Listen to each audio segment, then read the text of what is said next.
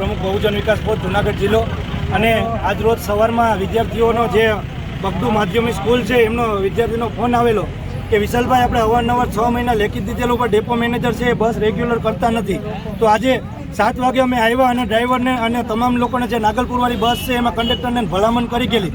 તો ઉલટાનો જે ડ્રાઈવર છે એ વિદ્યાર્થીઓને ધમકાવી અને એમ કહે છે અમે પોલીસ ફરિયાદ કરશું અને આવી ધમકી દઈને અને વિડીયો શૂટિંગ કરતા હતા. ત્યારે અમે આવીને રિક્વેસ્ટ કરી ગયેલી પણ ડેપો મેનેજર છે એને કોલ રિસીવ ન કર્યો. અવારનવાર બાળકોએ સંપર્ક કરવાનો કર્યો પણ કોઈ પણ સંકટ ન થયો અને અમારી માંગણી છે કોઈ સાંભળવામાં ન આવી. ના છૂટકે અમે વિદ્યાર્થીને સાથે લઈને રસ્તા રોકો આંદોલન કરવું પડ્યું. અને અત્યારે ડેપો મેનેજર છે એ આવી અને અમને બાંયધરી આપી છે. પોલીસ પ્રશાસને પણ અમને સાથ આપ્યો છે કે આ બસ છે કાલથી રેગ્યુલર થઈ જાય ને આગામી સમયમાં આવો કોઈ પ્રશ્ન ઉદ્ભવશે નહીં એની બાંયધરી આપીને કલાકમાં લેખિત પણ આપશે.